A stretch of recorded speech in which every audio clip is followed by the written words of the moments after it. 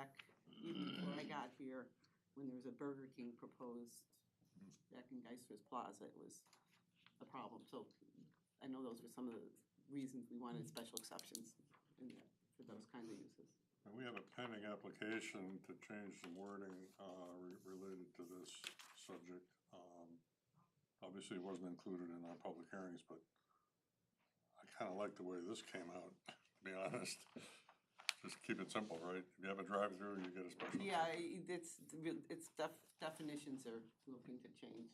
They're actually to clarify definitions, so yeah.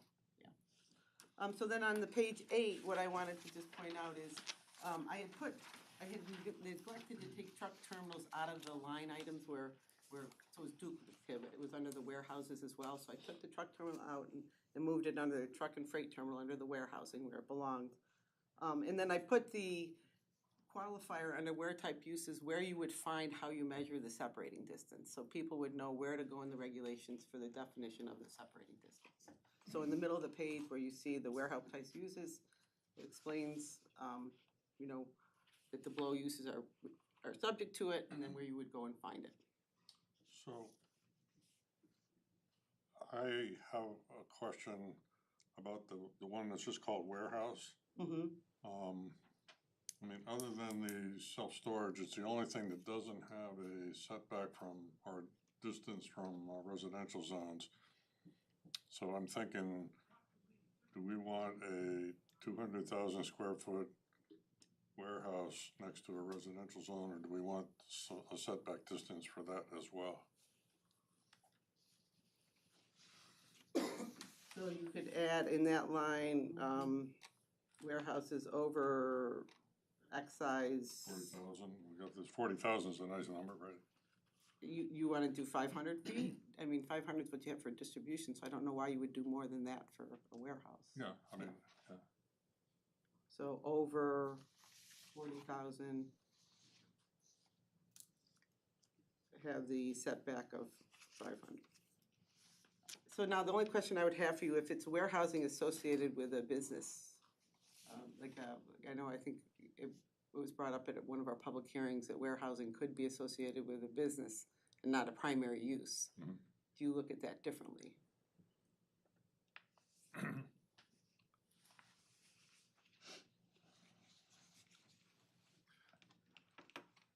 mean, you're thinking of, I don't know whether Carlos Pasta even has a warehouse. But I mean, let's say they did. Let's say they wanted to put on a 50,000 square foot warehouse right there. For their use of To their. what other people think. Well, I think that could be, that could be limiting to people. they, Just turns it Warehouse is into, not yeah, that big. okay. they would be able to, under other areas of the text amendment, they would be able to do it up to, did we say 15%? 15% of what our we have size, now. Yeah. But again, when we get to that point, there was also language I wanted to add to Yeah, that yeah. text amendment that said they could do that addition as long as it didn't end up being closer to the residential. And I can get a little bit more specific to that language later on, but So do we wanna finish through and come back to this then and see where we land after we talk about that part of it? I'm good with that. Yeah, how's the rest of the commission feel? Not great. I mean, I feel like there has to be some distance. I think, where are the exceptions is probably the only thing we're still discussing, right? Okay, so we'll go on here. So on page 10, Jeff Doolin and I worked a little bit on traffic requirements to kind of define a little bit more. When you start to go out and you start to look at what the internet tells you, or what different places do, there's measures like 100 cars, or 100 trips could be way more than, I would want that measured at lower levels than that. So I didn't really wanna put an exact trip number in there, because I don't really think, there's some times where depending on where it is and the use, you'd want a traffic study regardless because of the intersections it's near, those kinds of things. So we wanted to keep it so that we had some flexibility in requiring it where we thought it was appropriate, so. That's new language there. Under C, there's 2 typos that were pointed out to me that I will be correcting in the middle of the page there. Then something that was added new, and again, this goes back to our discussion of the I-291 zone, so on page 11, Can we, Oh, go ahead. I had a couple of things on, traffic. 4.1.5. yeah, on the paragraph that starts, the goal of the study Yep, is to demonstrate that the orderly flow of inbound, I would add the word that in there. So you picked up typos in section C where site was not spelled right. but yep, and intersections, I yep. think we wanna take out the comma after service, but put a comma after the right parentheses. And a comma, Okay, yeah. and a comma after site generated traffic and distribution, comma, and accident experience.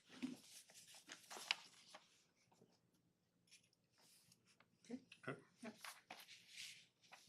So on to 11, under the 291 zone, under the permitted and prohibited uses, we just have a blanket statement about the warehouse type uses, that they are not subject to the separating distance from residential zones, recognizing that that area is pretty much built out and anything you would have there. This makes it so we don't have nonconformities, and it makes it so the additions that we talked about would be permitted just as of right.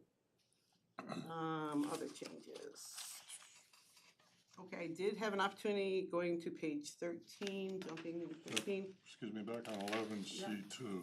The word up to, I don't think we need the end of the line there. C2, the bottom right. Which abut up to, which abut residential zones. Okay. You see that, Michelle? I'm looking, which, Should put arrow to residential. yep.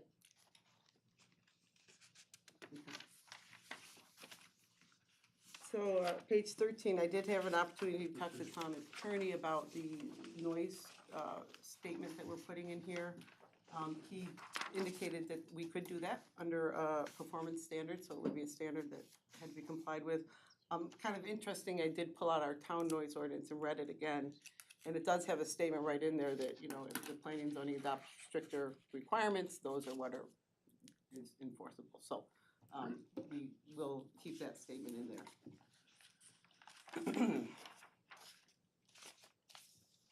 Moving on to page 15, this is where we're gonna put Kevin on the spot, right, Bart? Under the standards and designs, in paragraph B, we're trying to land if these sizes are good buffer sizes, or exactly, because we had a lot of comment at the public hearing about it and stuff, so. Well, and that's where, when I was going through this, I'm like, we're getting into their pocketbook, but at the same time, a lot of these guys are gonna come in and we see 5 to 6 foot, which is not ever adequate. So, I mean, on the evergreen trees, I would like to see 8 to 10. Because what these guys will do is they'll come in and they'll say, the tag said 7 to 8, so I'd prefer that is actually proven that's in an 8 to 10 category. And then 3-inch caliper is what I do believe we should be doing for our deciduous trees. That'd be both the flowering and the, That's correct.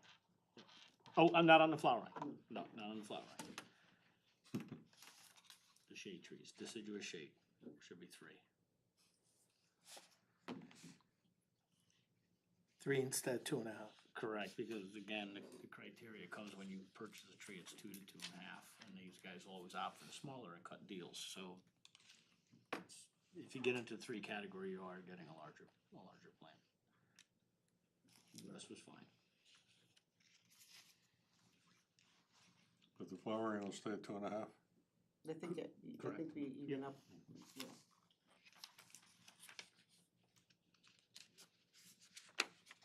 Okay. All right, Bart had asked me a question on number 9 on page 16 about the sewer line easement. We recently had an approval where they're doing a swath and it's gotta be cleared of trees, whether or not any vegetation would go there. And I did speak with Tony Manfree in pollution control, and he said that low-growing vegetation may be permitted, really ground cover and some we can have some, just anything that gets destroyed with them going in and having to maintain it would not be put back in. That's the problem with requiring anything within an easement area. So, I was gonna put a soft statement in there about low-growing vegetation being allowed, so that we don't have just swaths of land that, end up being bare. Okay, for number 9, but what about the 20-foot? He says that 20 foot is what they do want, that 20-foot clearance area. So that would be a 40-foot swath. Yeah.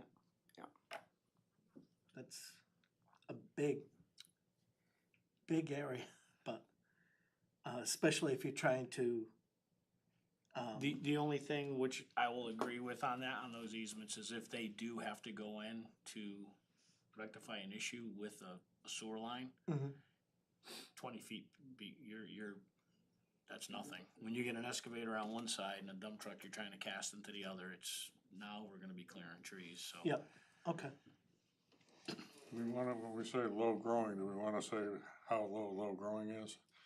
I was gonna kind of keep it somewhat vague and see what comes in for like ground cover kinds of things. I that mean, people- When I heard you say that, I was thinking, okay, my Forsythias? forsythias would be allowed, or would they, Well, we want them to be shallow roots, that's the biggest concern is the root cover, but again, I hate to see us encouraging people to invest money and that later on that we're gonna go take the plantings down and not replace. Well, that's what I'm saying, maybe when we say low growing, we ought to say no higher than 3 feet? 3 feet or something, yeah. Okay, I'll put an example. Okay. I mean, anything in those buffers though, when they go in to They're gonna be maintain, gone, yeah, they'll be gone. it's obliterated. Mhm. I mean, they go into a hydro axe and Yeah. their job is to say, that's our easement, MDC says we need this cleared. I know, we just went through that last year, I think. So on page 17 up at the top, we would be putting in the regulations where it's got a yellow there. Yep.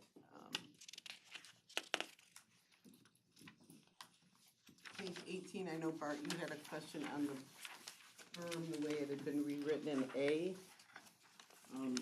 With having the 2-to-1, so I came up with just a little bit different wording that maybe I can read and see if it sounds okay. So I have minimum 2 feet, a minimum crown of 2 to 4 feet, and a side slope with a typical width of a ratio no greater than 3-to-1 unless site conditions warrant a steeper slope.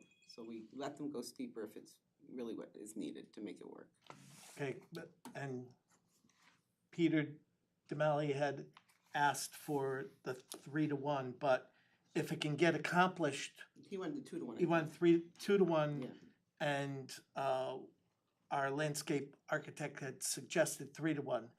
If it can be accomplished in 3-to-1, then it should be 3-to-1. But if they need a steeper slope because they're going higher and whatever, that's fine. But the standard should be the 3-to-1. Item F, you had B design twice. What's that?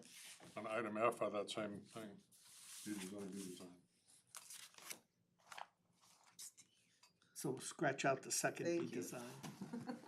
I need a proofreader. I was I need more barely than staying that. awake by the time I got to this page. That's something spell check doesn't care about, Yeah. All right, moving on, I think the next change comes in, page 22. And I even have a little bit more of a change that Bart and I talked about briefly. So that under I, the circulation road, we're taking out the perimeter because I don't really think we mean perimeter. Yeah. We mean circulation. So, in the second sentence, we're gonna say that has a minimum lane with a width of 20 feet clear for one-way traffic of be clear of parked vehicles and other obstructions. So in other words, we want at least one lane, if it's one way, it's gonna have a minimum of 20 feet clearance. And it really gets dictated by the fire marshal, to be honest with you, if they, depending how big the building is and what they need for getting in and around it in a lot of ways. So are you adding words, or are you just sort of explaining? We're just doing, Adding. adding just a minimum lane width of 20 feet. Mhm. And that would be for one-way traffic in parentheses. Minimum lane width, okay. Yeah.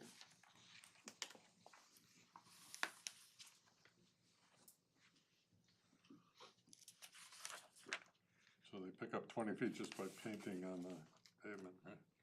Painting an arrow? Possibly. All right, the bottom of 23, again, on K, just to clarify, what we mean by, yeah, I think Bart was looking for signage on the site so that if you're a trucker, you know where to go park your cab, if it's cab parking or if it's other kind of things. So, I was gonna just add a clarification, you know, such as cab parking or trailer parking for signage, just so to help clarify what we're looking for in that particular statement.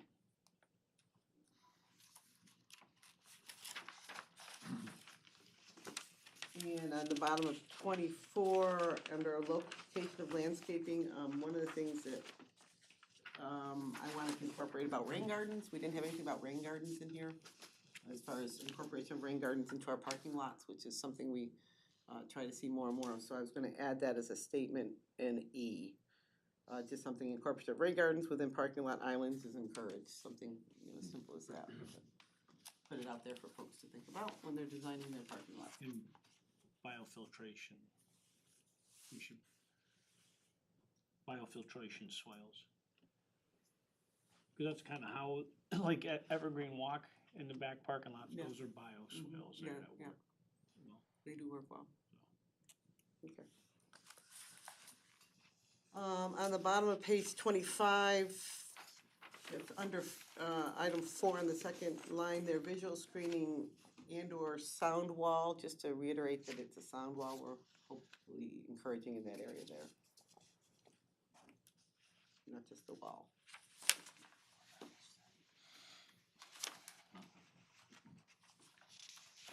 Something like that. Yep. Okay, then I'm gonna jump you all the way to 28. So this is where I went ahead and made an ABC in the warehouse part. So on the one, I under A, it just came up with what we were basically saying warehouse uses were, you know, how we defined the different uses. B talks about the separating distance, right? So the idea behind the separating distance is that you have your residential zone line, you draw a 500-foot arc, let's just say it's a 500-foot. All activities associated with that use have to be outside of that radius. That's what item B is trying to convey to you. So if that doesn't get you there, then let me know, we'll have to rework it, but, so that's the idea that, you know, things related to the truck court, any parking, any building, anything that makes that business operate would have to be outside of that radius. I didn't want to put things like access and things like that, because you'd never know where you might have multi-tenant buildings and road patterns and things like that, I mean, I think we really had to be, you know, combining it to the use that we're talking about and the activities that make that use happen. So that's what B is, and then C talks about the provision of uses that are currently existing out there that are warehouse type uses, whether they're freight terminals or distribution centers or combination thereof.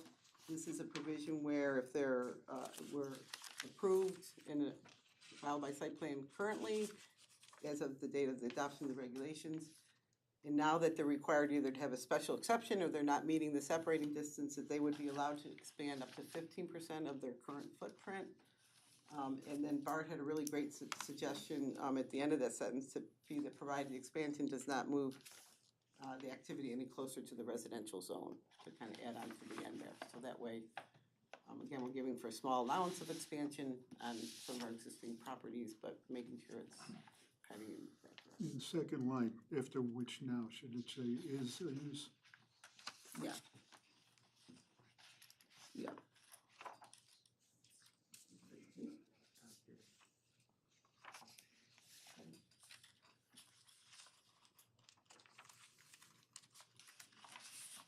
The definition of warehouse, and the other definitions, you're giving these distances, so.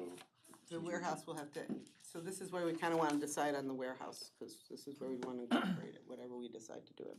Because actually that really kind of is the end of the changes that I made, so really this warehouse project, I guess, is lovely.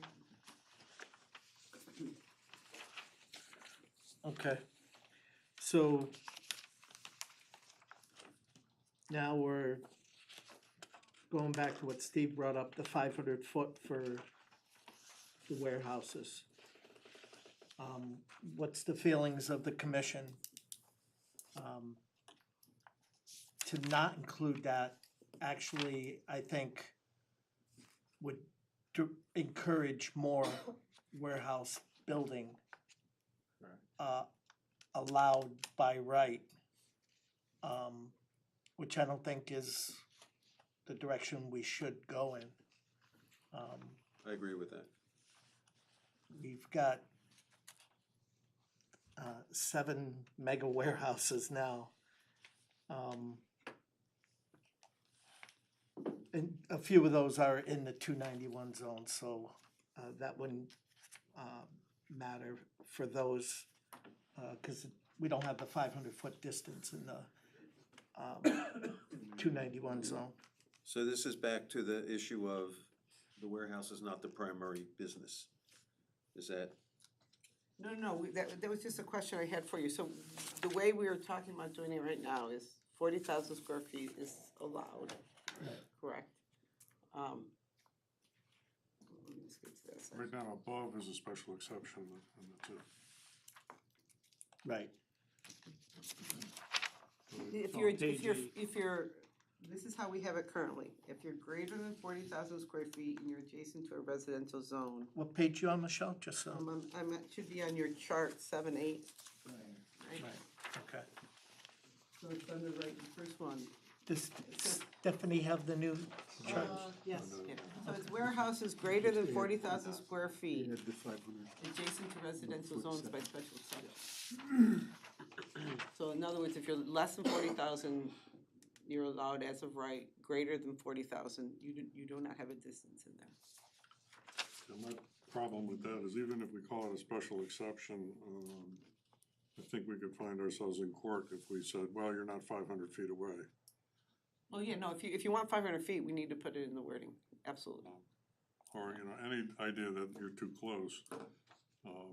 And the special exception, I think, is a difficult argument to make without some standard. So to add on to this, it must be a minimum of 500 feet. right? Right, so then that's gonna allow warehouses less than 40,000 square feet by right next to residential zone. Okay. So I'm gonna add the wording, it must be a minimum of 500 feet from a residential zone to that warehouse, okay. Yep. And back to the definition on page 29, It was corresponding. on page 8, just for. Yep.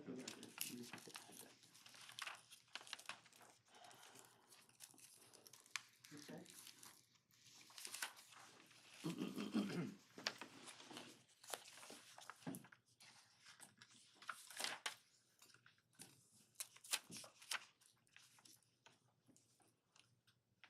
And that'll also be added to 29, correct? Well, yeah, I mean, did you wanna, were you gonna say something else, Steve, about that, or do you want me just to, Make just sure we we'll, do it in both yeah, we'll places. add it into there, yep.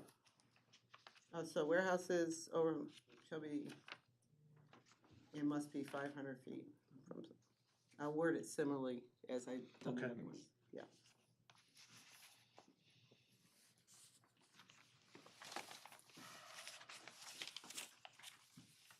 So I believe that's all the changes that we've discussed.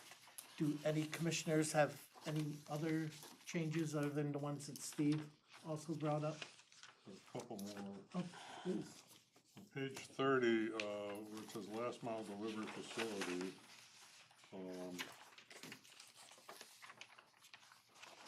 in this, the last line, it says hours of operation should be limited.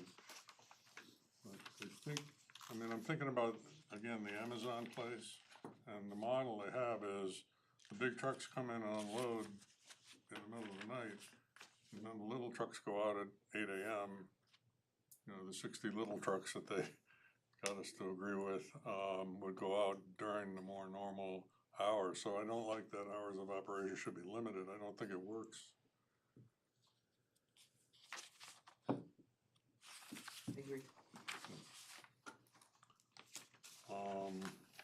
So are you looking to strike that sentence Yeah, I or? would strike it.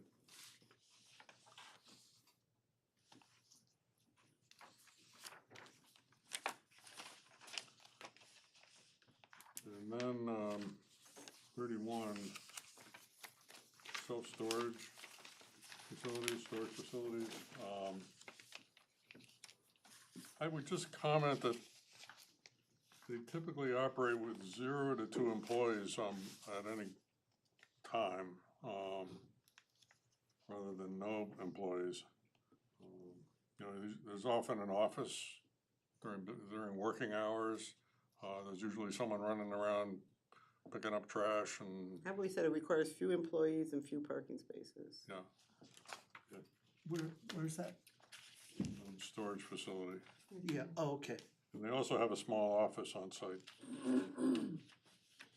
Then the thought occurred to me, I'm trying to distinguish in my head between the open places that I'm familiar with and then these, and I've also visited the climate control, which are inside a building.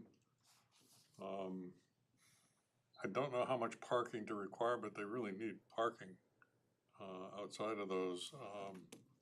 I wouldn't know what to tell you to do, but, you know, people park outside and then they go inside to their bin, or they'll unload at the storage dock, park their car, bring the stuff up to their bin, which might be on the 5th floor or something.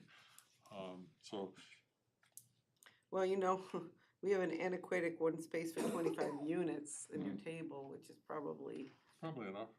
well, it's probably way too many if you end up One- with tiny units for 25 units. It really depends on what a unit ends up being, to be honest with you. We'd be happy to change that metric.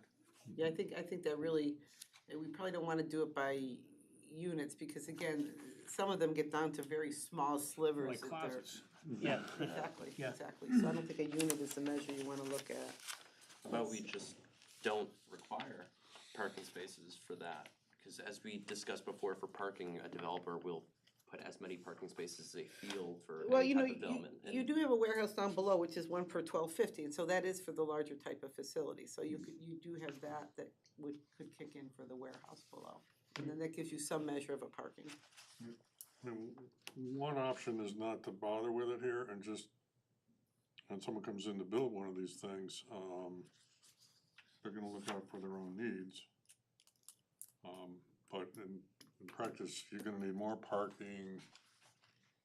The open air facilities, people park right in front of open up the door, throw their stuff in, okay? But the climate control facilities, they park outside and work inside, so.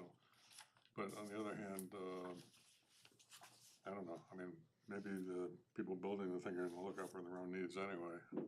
They usually do it based on what the industry standard tells them they need. is, Yeah. You know, what they usually come in with.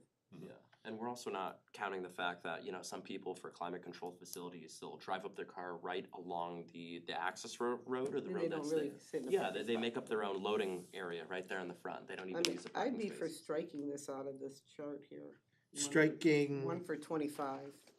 Yep, I'm in of agreement. self-storage, because I think it really, I mean, that goes back to, what page is the chart on? 20. That goes back to, you know, the one that's on Chapel Road, storage sites. Even older than that, probably. And even the ones that have been rebought, they're retooling their insides to be used differently, so I'm comfortable that they, like you said, they put in the parking they tend to need. So what would you put there instead of I that? wouldn't, I would just let the warehouse at the bottom apply. And then they, if that's too much for them, then they can request a reduction in parking based on it. Because again, my fear of saying no parking is then you have buildings built on sites, and if there's reuse later on, and you require no parking, you know, the use of creating parking sometimes a problem if you let coverage happen and things like that, so I hate to not have any parking be dictated, so that's why I think the warehouse down at the bottom is sufficient. So how do we make the self-storage apply to a 1,200? We could include including self-storage right in that statement. All right, So wipe it out completely on there and just add Yeah, including self-storage. warehouse? Yeah. Okay. That's a good catch, Steve.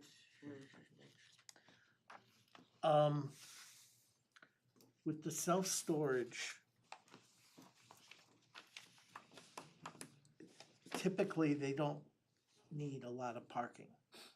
Like if, I don't know how many people go to the self-storage places, but typically there's not more than 2 or 3 cars there at any one time.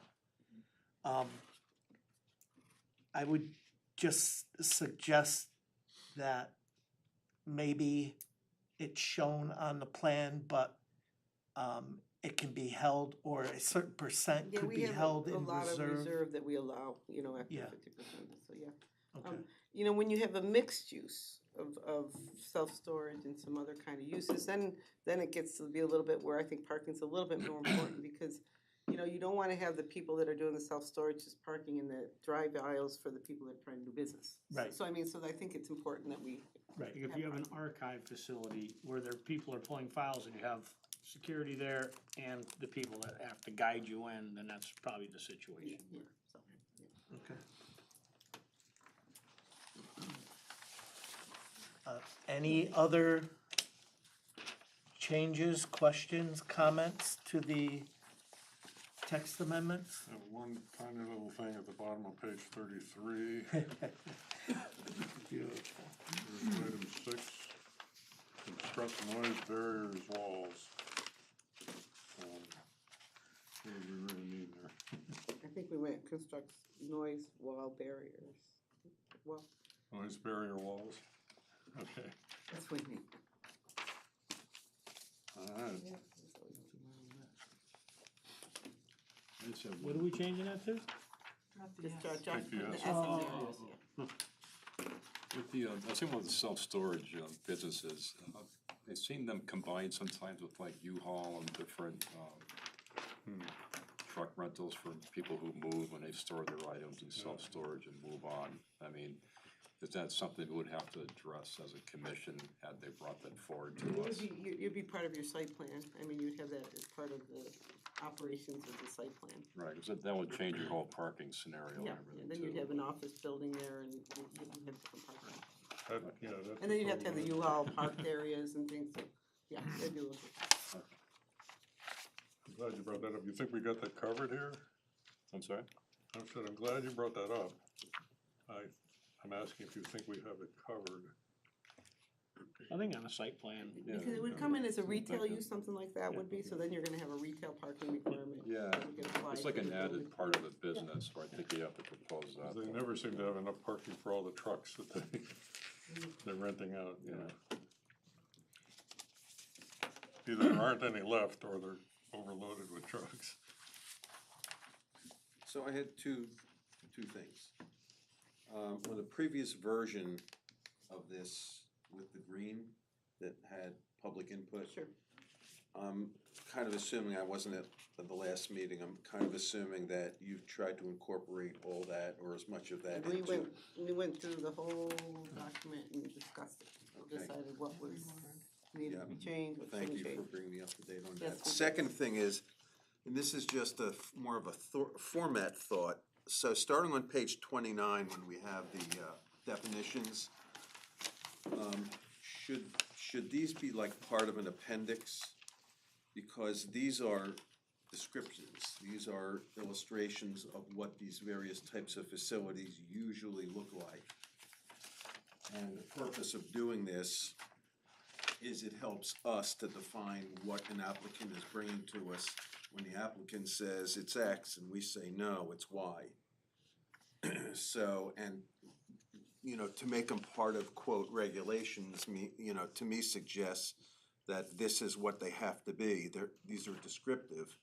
They basically say a warehouse generally looks like this, or just, you know what I mean? Yeah. So just a food for thought about how this fits into quote-unquote regulations. So I would change the title to type of warehouses instead of type of facility definitions, just because we've kind of gone back to the warehouses, but it's easy enough for me to add it as appendix if that's what you I mean, want. if that's, We can just tell you make what it appendix clear, you know, what the role of these definitions or And descriptions. what we could do is under A, we say see appendix for warehouse descriptions, you know, so you can send them right there, so. Let me tell you the next available appendix for you. This would be appendix I. No, I think I used We already have an I. appendix I. Appendix J. I was thinking about these definitions too, and is it something where, say somebody comes in and they propose something and they have a different read on definitions, can we enforce our own definition here? So I guess how I would handle that is under your use table, you have these uses defined, and then you have any other uses determined by the commission. So if someone comes in and they don't meet your uses, Yeah, they write a letter to you guys to come in and you define whether or not they meet your uses. well, I'm just saying, for example, we've had lawyers come in and go, no, that's not a warehouse, this is a blah, blah, blah. Yeah, they're Well, telling again, us. what you're the definition interpreter of is. your regulations, so I would say it would be up to you to determine your regulations. And of course, if you had a question, you would, These are legal counsel would I also. just want it so we can enforce it, like our definition is this, and you're calling it something, no, it's this. Like I say, But it's when your it's written, it's our regulations. regulations, so they have to meet our regulations. They can make up any definition they want, Yeah. but They're giving us a freight terminal and calling it a distribution center. Well, that's, we ran into this, that's why I'm bringing this up. no, but now we've got something to hold them That's what this is. accountable. That's what Okay. this does, it holds them I accountable. could say this room's a warehouse, and we say, no, it isn't. This is our This is a definition. definition, right. More like a freight terminal. Let's try to get the other. Self-storage facility, yeah. Cold climate, apparently.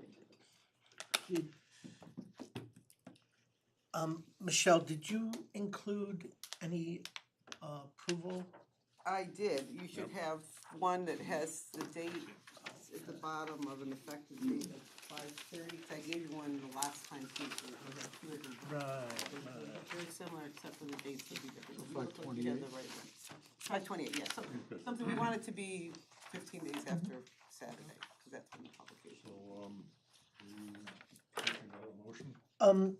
No, I wanna make sure we've discussed and deliberated everything we want to bring forward.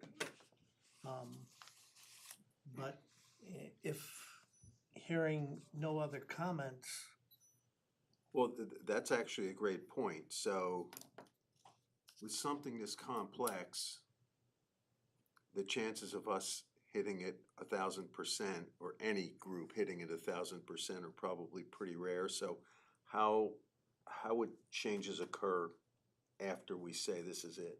We would go through a very similar process. We would go through a text amendment, a commission proposed text amendment. Which I don't think we want to do anytime soon. Or an applicant could come in if they felt something was, they didn't like how something came out, they could come in and propose a change as well. And then you would deliberate that. You saying leave this open forever? It's like an No, amendment. no, You would have an amendment. Not at all, no, but we're It would just, be an amendment if somebody brought Yeah, something yeah, forward right, that you have to we, be in- right. we would hear it and go, you know what, you got a good point there. And then it We can would be make an an amendment to our regulation. Right. but wouldn't, I mean, there's a lot of special exception built into this. Wouldn't that kind of open the door for things that people bring to us that maybe don't comply 100%, but, you know, we think is, No, if it doesn't comply 100%, they can't bring it. they to you. can't, right, I mean, if it's a requirement, it's a they would requirement. have to do a text amendment. Right. okay. Which is not unheard of. Well, you have Separate two coming up in applications. 2 weeks, so Believe me. they come along all the time. We've had 85 of them since 2007 when we rewrote our regulations, so Okay. we do a lot of text amendments. Despite people who think that the regulations haven't changed. And now, did you The sit, number's even higher, 'cause that was the last time I counted, so. did you sit at your kitchen table counting all No, 85 actually, we of have a them? table right in your regulations that tells you every time we change a text, we put it in our regulations through a table, so. There's a little bit of accountability. Okay, This may lie somewhere, but I was thinking about the buffers when you have the berm that's built up. I know 3-to-1, 2-to-1 and all that, but the steeper you get, the likelihood you get erosion before the plants really take root. Is there something that's enforceable, like once they build these things and kind of walk away for erosion? You know, you get a significant rainstorm and then part of it washes out and you see the gravel in it. I mean, so the approved It's- site plan is always enforceable later Yeah, on. 'cause So, what- so in what- other words, something over the time deteriorates or whatever, it's no longer functioning properly, Yeah, we have the it's- ability It's to just go that back. part of having them go back, because I see more often than not, where you see spruces on these berms and they turn brown and, you know, they sit there and they drive by a year later and it's still there. They're not getting replaced, and these are things that kind of make me nuts, but. Well, that's when we had talked about extending We did, in the amount of time that you're gonna be holding the bonds, the right. buffer areas, yes. So when the bonds get released, is it worth like having a spot check? I mean, I Oh, know no, Well, you'd see these, but We that's something require that's. them to, you know, we do inspections, but if it's a large landscaping plan, we'll Yeah. have their landscape architect verify that it's Okay. planted per the plan. Right. But yeah, All right, I mean, good. this really depends on the scope, but we can certainly identify dead trees out there, but, So it just gets closure on the other end. All right, Yeah. keeps it. people you know, happy a around lot of there. stuff comes down to enforcement on the other Yeah. end, and, Good stuff. you know, it just really Usually depends when on. it comes down to money, that's the best response from the contractors and the general contractors is when you hold their money for that one extra year, they're like, you gotta be kidding me. And Right. All right, thank you. What's the name of the new appendix? Jay? Jay, Or what's the name of it? we're gonna call it, hold on, Warehouse definitions or? we're gonna call it types of warehouses. Just J.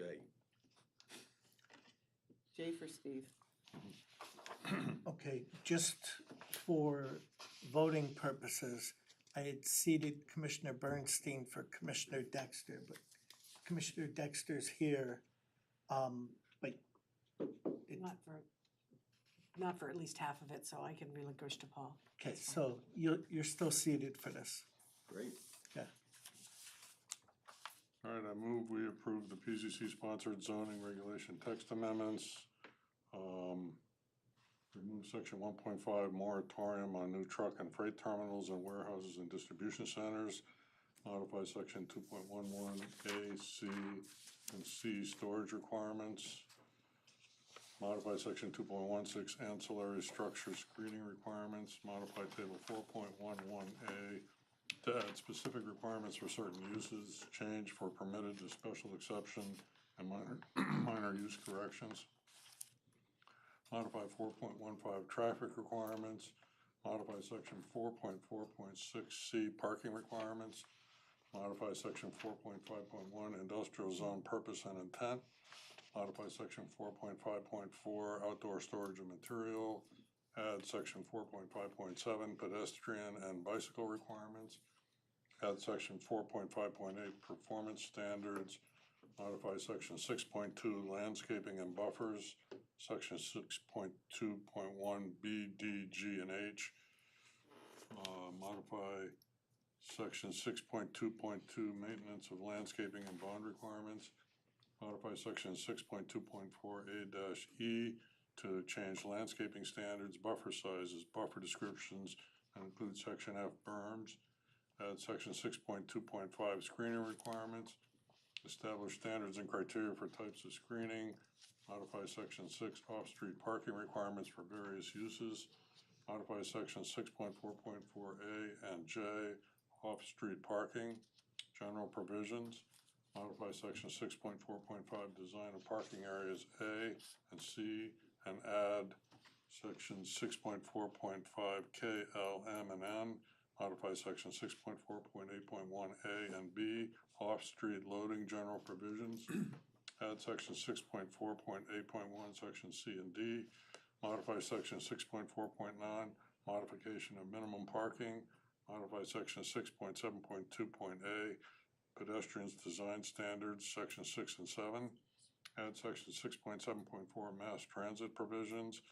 Add section 7.24 freight truck, bus, terminal, and warehouse distribution centers, including definitions and design criteria and application requirements. Add to definitions access drive. Add to definitions screening. Add section 11.9 appendix I buffer and landscape design and appendix J types of warehouses. Well, let me rephrase that. Add section 11.9 appendix I buffer and landscape design, which includes standards for buffers and sample cross sections, and appendix J types of warehouses. Motion to approve the zoning text amendments as amended through the public hearing and deliberative process. Number 2, the Planning and Zoning Commission finds that the zoning text is in conformance with the Town Plan of Conservation and Development. And number 3, the effective date of the zoning text amendments are May 28, 2023. Okay, we have a motion. Do we have a second? Second. We have a motion and a second. Any questions, comments, concerns? Hearing none. All those in favor of the motion say aye. Aye. Those opposed? Motion passes unanimously. Yay. Do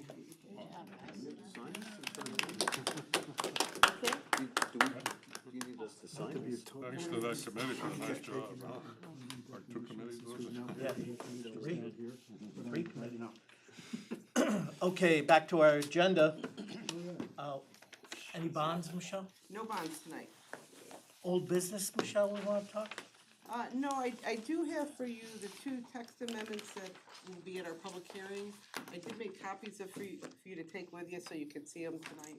That'd be the Ivanoff text amendment. This is for short-term rentals. This is somebody that we cited for an Airbnb rental. And so now he's coming with a text amendment because he'd like to be able to offer this in town. And the second one is the Evergreen Walk, which I think was on our last agenda, so I have the language for that. Okay, and those are available on our, You're out on the website, but this, I just thought you might wanna have one, so you yeah, wanna take no, one and pass it absolutely, along. thank you. Yep. So that's really what I have is old business. The POCD flyer is around.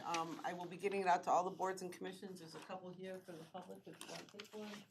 For our public meeting coming up in June 6th. We're starting to distribute wherever we can think to distribute it, so we're getting that out and about. That's pretty much it. Okay, hopefully everybody had a chance to look at our tentative schedule for those upcoming meetings. We have one next Tuesday. Where's the workshop next Tuesday? Right here. Oh, it is. It'll be right here. It'll be on conservation measures. So they're doing, they've been looking at all our open space and farming and all that kind of stuff. So that's what next week's theme is, Just take them one conservation. of What these, time? right? 7 o'clock. It is 7. And they'll also have a draft of the survey. Oh, okay. Great. And I would comment that last time I commented about the sewer not being included in the discussion. We've developed a fairly lengthy response to the survey, but we're gonna go back and bring it to the next meeting, which would be the first Tuesday in June. And that's fine because the development area where that really is gonna be more towards the fall topical area, so that's great, Steve, yeah. I did also hear from Ginny Hole about sidewalk, and we're gonna get that moving a little bit too as well, so. Yeah, so that we did put out onto the POCD website the sustainability presentation that you had, or the booklet now. So what I'm gonna be doing now is I'm gonna make the links from different pages on our website to your POCD, those links aren't there yet. And then when we get closer to when we have a survey, we'll put a banner in our public meeting, we'll actually have a banner go along the front of the page saying, you know, public meeting coming up and where people can find the survey. So as we get closer to these things, we'll do a little more. Okay. So if there's no other business to come before the commission, a motion to adjourn would be in order. I move to adjourn.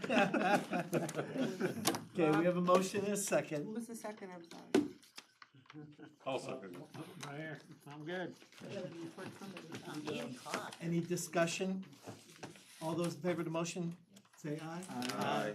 Those opposed? We are adjourned. Thank you, everybody. Thank you.